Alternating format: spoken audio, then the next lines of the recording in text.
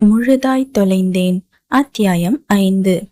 பிரவீன் அதிர்ச்சி விலகாமல் நிற்க, அவளோ, பிரவீன் சார், நீங்க எப்படிங்க என்று அதிர்ந்து போய் வினவினாள். பின்பு அவனது கையில் இருந்த ஈரமான நைட்டியை அவள் கூர்ந்து பார்க்கவும், சட்டென அதை தனக்கு பின்னால் மறைத்தவன் அசடு வழிந்தபடி, hi Vandana, what a pleasant surprise என்றான். அப்பொழுது காய்ந்த மிளகாய்களை காய வைத்துவிட்டு ராகவ் எழும்பி நிற்கவும், ஓ, ராகவ் சாரும் இங்கதான் இருக்காங்களா என்றாள். இதுதான் உங்க வீடா சார்? இவ்ளோ நாளா நான் உங்களை இங்க பார்த்ததே இல்லையே என்று வந்தனா அவனிடம் சந்தேகத்துடன் வினவவும், அது நானும் பிரவீன் சாரும் என்று ராகவ் உளர ஆரம்பிக்க, பிரவீன் சட்டென அவனது காலை மிதித்து விட்டான். ராகவோ வலியில் காலை பிடித்து கொண்டு அலற, ஐயோ என்னாச்சு என்றாள் வந்தனா.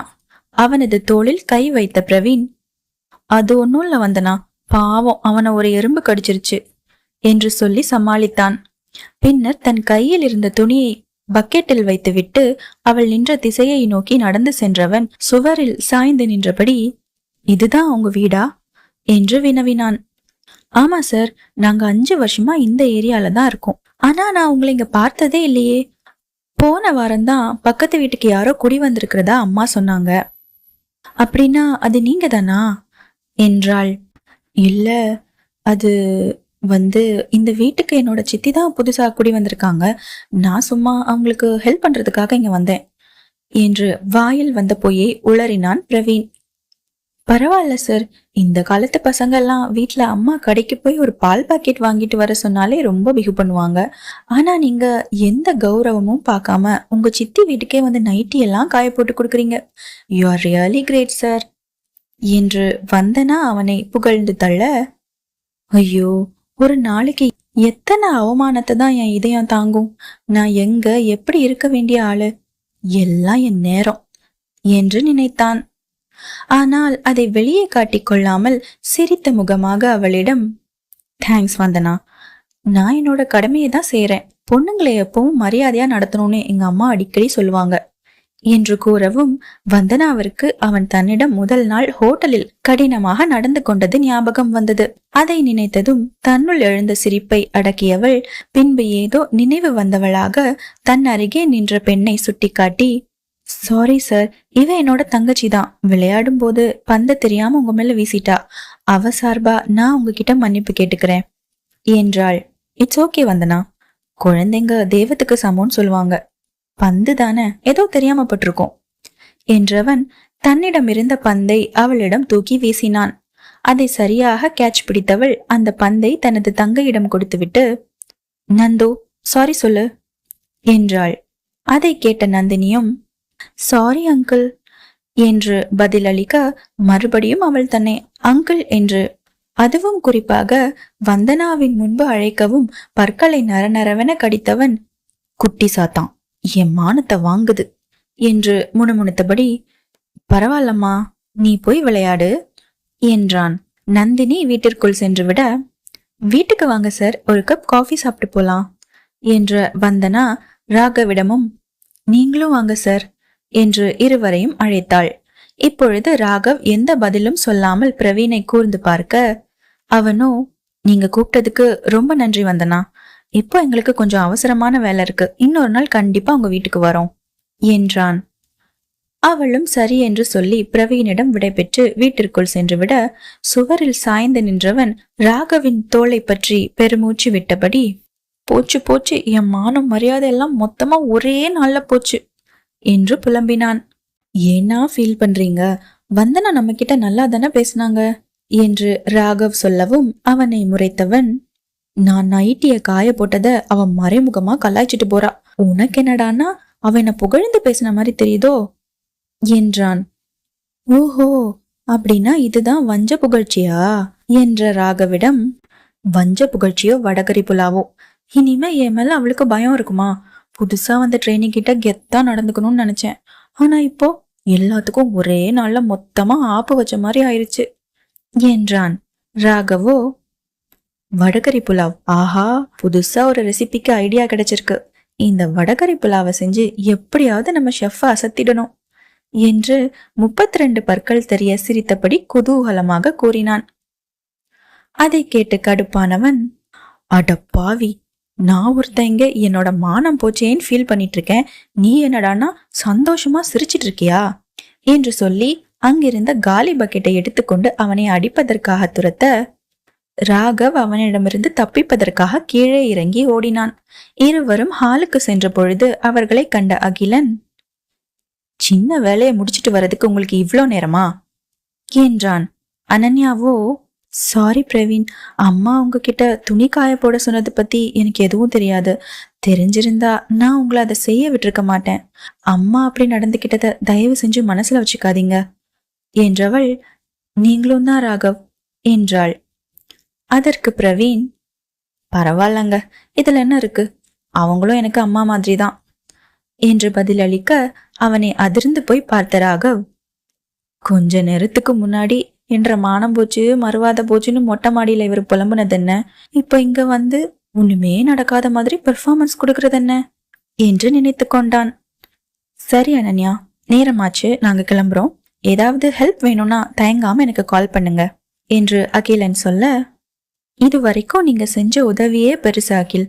உங்களெல்லாம் தேவையில்லாம சிரமப்படுத்திட்டேன்னு நினைச்சு எனக்கு ரொம்ப கஷ்டமா இருக்கு என்றாள். பின்னர் மூவரும் அனன்யாவிடமும் ஆனந்தியிடமும் விடைபெற்று அங்கிருந்து கிளம்பினர்.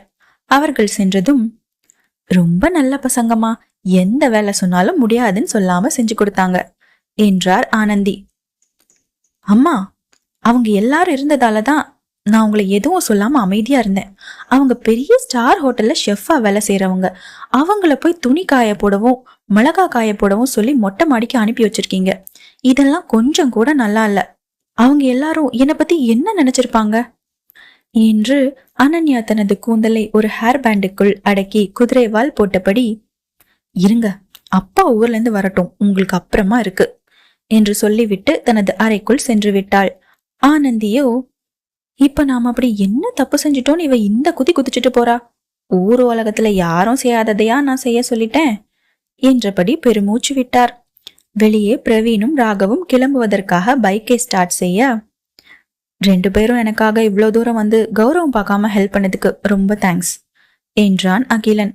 அதை கேட்ட பிரவீன், உங்க தேங்க்ஸ நீங்களே வச்சுக்கோங்க, ஆனா அதுக்கு பதிலா நம்ம ஹோட்டல்ல இந்த வருஷமாவது ஸ்டாஃப் பார்ட்டி நடக்கிறதுக்கு ஏற்பாடு பண்ணுங்க என்றான்.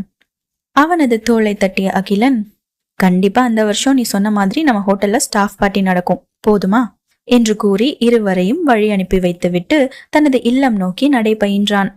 அந்த இதமான மாலை நேரத்தின் அழகை ரசித்தபடியே தனது பிளாட்டிற்கு திரும்பியவன் வழக்கத்திற்கு மாறாக அதீத ஆனந்தத்தில் இருந்தான். பல வருடங்களாக தனது கற்பனையிலும் கனவிலும் மட்டுமே வந்து சென்ற தன் உள்ளம் கவர்ந்தவளுடன் அன்று முழுவதும் நேரம் செலவிட்டது அகிலனுக்கு மிகுந்த மகிழ்ச்சியை அளித்தது. அனன்யாவின் முகத்தில் எப்பொழுதும் குடிக்கொண்டிருக்கும் சிரிப்பு, அவளது கனிவான பேச்சு, விருந்தினரை அன்பாக அவள் உபசரித்த விதம், அவளது அலட்டல் இல்லாத அழகு என்று அனைத்துமே அவனை வெகுவாக கவர்ந்து விட்டது. இனி எப்பொழுதும் அவளை விட்டு பிரியக்கூடாது என்று தன்னுள் தீர்க்கமாக முடிவெடுத்து கொண்டான். அடுத்து வந்த வாரத்தில் அகிலனும் அனன்யாவும் அலைபேசியில் காலை வாழ்த்து, இரவு வாழ்த்து என்று சகஜமாக பரிமாறிக்கொண்டும் அவ்வப்போது பேசிக்கொண்டும் தங்கள் நட்பினை வளர்த்து கொண்டார்கள். இதற்கிடையில் பிரவீனும் அகிலனும் சேர்ந்து உருவாக்கிய புதிய வகை நூடுல்ஸ் உணவு அவர்களின் உணவக உரிமையாளரால் அங்கீகரிக்கப்பட்டு மெனுவிலும் இடம் பிடித்திருந்தது. அன்று ஞாயிற்றுக்கிழமை என்பதால் கிரீன் ஒயாசிஸ் மிகவும் பிஸியாக பரபரப்புடன் இயங்கிக் கொண்டிருந்தது. ஸ்டார் ஹோட்டல் என்பதால் விடுமுறை நாளான ஞாயிற்றுக்கிழமையில் வசதி படைத்த குடும்பங்களும் இளைஞர்களும் தொழிலதிபர்களும் அங்கு அதிக அளவில் வருவார்கள். அன்றைய தினத்திற்கான ஸ்பெஷல் உணவு அகிலனால் புதிதாக அறிமுகப்படுத்தப்பட்ட ஜப்பானிய நூடுல்ஸ் தான். பிரவீன் வாடிக்கையாளர்களின் மேஜை ஆர்டர்களை கவனித்து தனக்கு கீழே வேலை செய்பவர்களை மேற்பார்வை பார்த்து கொண்டிருக்க அகிலன் நூடுல்ஸ் தயாரிப்பதில் பிஸியாக இருந்தான். அன்று அளவிற்கு அதிகமாக உணவகத்தில் கூட்டம் அலைமோதியதால் அனைவருக்கும் வேலை சற்று கடினமாகவே இருந்தது. அப்பொழுது திடீரென சமையல் அறையின் ஒரு பக்கத்திலிருந்து, ஐயோ திவ்யா என்று சத்தம் கேட்கவும் அங்கு வேலை செய்து கொண்டிருந்தோர் அனைவரும் குரல் வந்த திசையை பார்த்தனர். அகிலனும் பிரவீனும் உடனடியாக அங்கு விரைந்தனர். அங்கே திவ்யா மயங்கிய நிலையில் தரையில் சரிந்து கிடக்க வந்தனா அவளை தனது மடியில் படுக்க வைத்தபடி பதட்டமாக இருந்தாள். என்னாச்சு என்ற அகிலனிடம், நல்லாதான் ஷெஃப் வேலை செஞ்சிட்டு இருந்தா, ஆனா ஏன்னு தெரியல திடீர்னு மயங்கி விழுந்துட்டா. காலையில சாப்பிடாம வேலைக்கு வந்திருப்பா போல இருக்கு என்றாள் வந்தனா. திவ்யாவுக்கு முதல்ல ஜூஸ் வாங்கி கொடுத்து ஏதாவது அவளை சாப்பிட வை பிரவீன். அப்புறம் கொஞ்ச நேரத்துக்கு ரெஸ்ட் ஏரியாவில் அவளை ஓய்வெடுக்க சொல்லு என்றான் அகிலன். வேலை நிறைய இருக்கே ஷெஃப் என்று பிரவீன் பதிலளிக்க, கொஞ்ச நேரம் தானே, நான் சமாளிச்சுக்கிறேன். நீயும் வந்தனாவும் போய் திவ்யாவை கவனிச்சுட்டு சீக்கிரமா கிச்சனுக்கு வந்து சேருங்க என்றான். அகிலன் சொன்னபடியே இருவரும் சேர்ந்து சமையல் அறையின் அருகிலேயே இருந்த ஒரு குளிரூட்டப்பட்ட அறைக்கு திவ்யாவை கைத்தாங்கலாக அழைத்து சென்று அவளை அங்கிருந்த திவானில் படுக்க வைத்தார்கள். நான் கடைக்கு போய் ஜூஸ் வாங்கிட்டு வரேன், நீ கிச்சனுக்கு போய் பிரெட் சாண்ட்விச் செஞ்சு எடுத்துட்டு வா வந்தனா என்று பிரவீன் நொடியும் தாமதிக்காமல் அங்கிருந்து கிளம்பி சென்று விட்டான். அவன் முதல் முறையாக தன்னை ஒருமையில் அழைத்ததை கவனிக்கும் மனநிலையில் இல்லாத வந்தனாவும் சாண்ட்விச் தயாரிப்பதற்காக சமையல் அறைக்கு விரைந்தாள். 10 நிமிடங்கள் கழித்து அவன் ஓய்வு அறைக்கு திரும்பி வந்த பொழுது வந்தனாவும் பிரெட் சாண்ட்விச்சுடன் அங்கு வந்திருந்தாள். திவ்யா சோர்வாக திவானில் படுத்திருக்க அவளிடம் தான் வாங்கி வந்த நீரேற்றத்திற்கான ஜூஸை கொடுத்து குடிக்க சொன்னான் பிரவீன். அதை அவள் அருந்தி முடித்த பிறகு வந்தனா கொடுத்த சாண்ட்விச்சை சாப்பிட சொன்னான். உணவு உண்ட பின்னர் திவ்யாவுக்கு உடலில் கொஞ்சம் தெம்பு வந்தது. எனக்கு இப்ப கொஞ்சம் பரவாயில்ல ஷெஃப், நான் கிச்சனுக்கு வரேன் என்றவளிடம், நோனோ, நீங்க ரெஸ்ட் எடுக்கணுங்கிறது நம்ம ஷெஃபோட ஆர்டர், அதனால இப்போதைக்கு கிச்சன் பக்கம் வர வேண்டாம் என்றான். அப்பொழுது தனக்கு பக்கவாட்டில் நின்ற வந்தனா தன்னையே பார்ப்பது போன்று பிரவீனுக்கு தோன்றவும் ஓரக்கண்ணால் அவளை பார்த்து என்னவென்று புருவம் உயர்த்தி வினவினான். அவளோ ஒன்றுமில்லை என்று தலையசைத்துவிட்டு பார்வையை அவனிடமிருந்து விலக்கி திவ்யாவிடம், நல்லா ரெஸ்ட் எடு திவ்யா, ஏதாவது தேவைன்னா என்ன கூப்பிடு என்றாள். அதன் பின்னர் அவளும் பிரவீனும் சமையல் அறைக்கு திரும்பி செல்ல அப்பொழுதும் வந்தனா அவனை ஓரக்கண்ணால் பார்த்தாள். என்ன வந்தனா, என்கிட்ட என்னமோ கேட்கணும்னு நினைக்கிற போல இருக்கு என்று பிரவீன் கேட்கவும் திடீரென அந்த கேள்வியை எதிர்பார்க்காதவள், இல்ல சார், அது என்று தயங்கினாள். பரவாயில்ல, எதுவா இருந்தாலும் சொல்லு என்றவனிடம், மறுபடியும் சொல்றேன், you are really great sir என்று அவள் கூற வந்தனாவை புரியாமல் பார்த்தான் அவன். அன்னைக்கு கௌரவம் பார்க்காம உங்க சித்திக்கு உதவி பண்ணீங்க, இன்னைக்கு திவ்யாவுக்கு உடம்பு சரியில்லைன்னதும் உடனே கடைக்கு போய் ஜூஸ் எல்லாம் வாங்கிட்டு வந்து கொடுத்தீங்க, அதான் அப்படி சொன்னேன் என்றாள். அன்னைக்கு சொன்னதுதான் நான் இன்னைக்கும் சொல்றேன் வந்தனா, நான் என் கடமையை தான் செஞ்சேன். திவ்யா இடத்துல நீயோ இல்ல ராகவோ இருந்திருந்தா கூட நான் இதைத்தான் பண்ணிருப்பேன் என்று அவளுக்கு பதிலளித்தான். வந்தனாவும் சிரித்தபடியே சரி என்று அவனிடம் தலையசைக்க சட்டென ஏதோ நினைவு வந்தவனாக, கேக்குறேன்னு தப்பா நினைக்காத வந்தனா, அன்னைக்கு நான் மொட்டை மாடியில துணி காய போட்டப்போ என்ன புகழ்ந்த 4 வார்த்தை சொன்னியே, அது உண்மையாவே என்ன புகழ்ந்து பேசினது தானா இல்ல வேற ஏதாவது அர்த்தத்துல கிண்டலா என்று இழுக்கவும், ஐயோ நிஜமா இல்ல சார், நான் எப்படி உங்களை போய் கிண்டல் பண்ணுவேன் என்றாள். அவனோ அவளை சந்தேகமாக நம்பாத பார்வை பார்த்தபடியே நடந்து செல்ல அதை கண்ட வந்தனா உள்ளுக்குள் சிரித்து கொண்டாள். இப்பொழுது அவன் தன்னை ஒருமையில் சாதாரணமாக அழைப்பதை மனதிற்குள் குறித்து கொள்ளவும் அவள் தவறவில்லை. மதியமே திவ்யாவிற்கு உடல் நலம் தேறியிருக்க அவளை அழைத்த அகிலன், இன்னைக்கு காலையில நடந்தது இதுவே கடைசி முறையா இருக்கட்டும், இதென்ன ஸ்கூல் நினைச்சிட்டு இருக்கீங்களா? காலையில சாப்பிடாம அவசரமா கிளம்பி போய் அசம்பிளியில மயங்கி விழுறதுக்கு இவ்வளோ தூரம் படிச்சுட்டு ஸ்டார் ஹோட்டல்ல வேலைக்கு வந்திருக்கீங்க. இங்க வேலை எவ்வளவு கடினமா இருக்கும்னு உங்களுக்கு தெரியாது? காலையில அடுப்ப பத்த வச்சா உட்கார நேரம் இல்லாம பம்பரமா சுத்தணும். இனிமேலாவது அதை புரிஞ்சு கொஞ்சம் பொறுப்பா நடந்துக்க முயற்சி பண்ணுங்க என்றவனிடம், சாரி ஷெஃப், இனிமே இந்த மாதிரி தப்பு நடக்காம பாத்துக்கிறேன் என்று பதில் கூறினாள் திவ்யா. அகிலனின் கணீர் குரல் அங்கு நின்ற வந்தனாவிற்கும் வயிற்றில் புளியை கரைக்க அவளும் அவன் சொன்னதை கவனமாக உள்வாங்கி கொண்டாள். அன்றிரவு 10 மணி அளவில் அனைவரும் வேலை முடிந்து தங்கள் இல்லங்களுக்கு கிளம்பி சென்றனர். தனது காரில் வீட்டிற்கு பயணித்துக் கொண்டிருந்த அகிலன் சற்று தொலைவாக சாலையோரத்தில் நின்றிருந்த அனன்யாவை கண்டதும் காரின் வேகத்தை குறைத்து அவள் அருகே வண்டியை நிறுத்தினான். காரின் இடப்பக்க கண்ணாடியை அவன் இறக்கவும் குனிந்து உள்ளே பார்த்தவள், அகில் நீங்களா? நானும் வேற யாரோ நினைச்சு பயந்துட்டேன் என்றாள். உடனே காரில் இருந்து இறங்கி அவள் அருகே சென்றவன், என்னாச்சு அனு, எனி ப்ராப்ளம்? இந்த நேரத்துல ஏன் இங்க தனியா நின்னுட்டு இருக்கீங்க என்று வினவினான். இந்த ஏரியாவுக்கு ஒரு கிளைண்ட் மீட்டிங்காக வந்தேன் அகில். அது முடிய கொஞ்சம் லேட் ஆயிருச்சு. என்னோட வண்டி வேற சர்வீஸ்க்காக மெக்கானிக் ஷாப்புக்கு போயிருக்கு. அதான் வீட்டுக்கு போறதுக்காக டாக்ஸி புக் பண்ணேன். என்ன ஆச்சுன்னு தெரியல, டாக்ஸியை இன்னும் காணோம் என்றாள் அனன்யா. அவள் சொன்னதை கேட்டதும், அப்படியா என்றபடி சில நொடிகள் சாலையை பார்த்தவன், டாக்ஸி இப்போதைக்கு வர மாதிரி தெரியல அனு, வாங்க நானே உங்களை வீட்டுல டிராப் பண்றேன் என்றான்.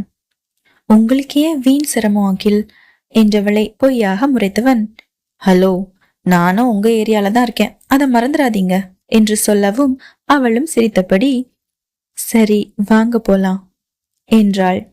பின்னர் இருவரும் காரில் ஏறி அண்ணா நகர் நோக்கி பயணித்தனர். ஏசியின் உபயத்தால் குளிர் ஏறி போயிருந்த காருக்குள் சற்று நேரம் மௌனமே நிலவ அனன்யாதான் அந்த மௌனத்தை கலைத்தாள். நீங்க எப்போ இந்த மாதிரி லேட்டா தான் வீட்டுக்கு போவீங்களா அகில் என்றவளிடம், ஆமா அனு, வழக்கமா லேட் நைட் தான் என்னோட வேலை முடியும். பொதுவா எங்கள மாதிரி ஷெஃபுக்கெல்லாம் வேலை நேரம்னு தனியா எதுவும் கிடையாது. வாடிக்கையாளர்கள் வரதை பொறுத்து சில சமயம் சீக்கிரமாவும் முடியலாம். ஹோட்டல்ல பார்ட்டி, கல்யாண ரிசப்ஷன் ஏதாவது நடந்தா இன்னும் லேட் ஆகும். ராத்திரி 3 மணிக்கு நான் வேலை முடிஞ்சு வீட்டுக்கு போன நாளும் உண்டு என்றான். அவளோ ஆச்சரியத்துடன், உங்களுக்கு இது கஷ்டமா இல்லையா அகில் என்று கேட்க, இதுல என்ன கஷ்டம்? ஒரு பெரிய ஹோட்டல்ல ஷெஃப் ஆகணுங்கிறது தான் என்னோட சின்ன வயசு கனவு. நான் ஸ்கூல் படிச்சு முடிச்சதும் சொந்தக்காரங்க தெரிஞ்சவங்க எல்லாரும் இன்ஜினியரிங் படி, டாக்டருக்கு படின்னு ஆளுக்கு ஒன்று சொன்னாங்க. ஆனா நான் கேட்டரிங் தான் படிக்கணும்னு உறுதியா இருந்தேன். எங்க வீட்லயும் என்னோட விருப்பத்துக்கு யாரும் எந்த எதிர்ப்பும் சொல்லல. இன்னும் சொல்ல போனா நான் இந்த வேலையை ரொம்ப விரும்பி செய்யறதால எனக்கு எதுவும் பெருசா கஷ்டமா தெரியல என்றான் அகிலன்.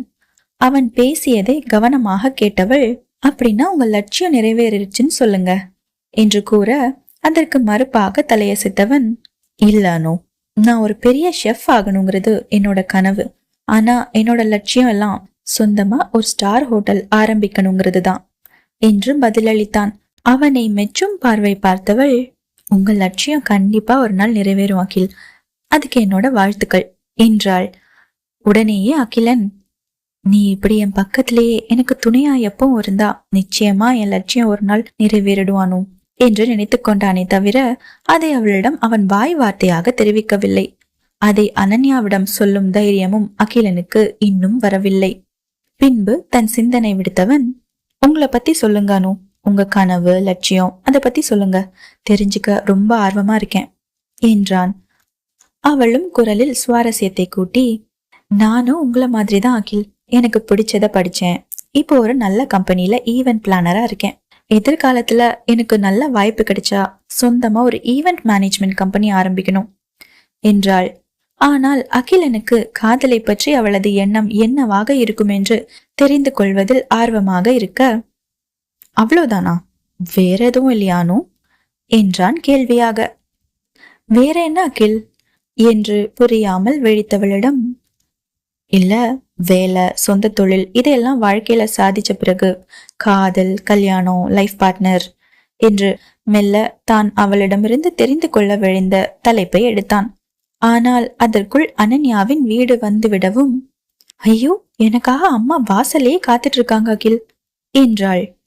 அவனுக்கு அதற்கு மேல் அவளிடம் எதை பற்றியும் கேட்க முடியாமல் போக காரை அவளது வீட்டின் ஓரத்தில் நிறுத்தினான்.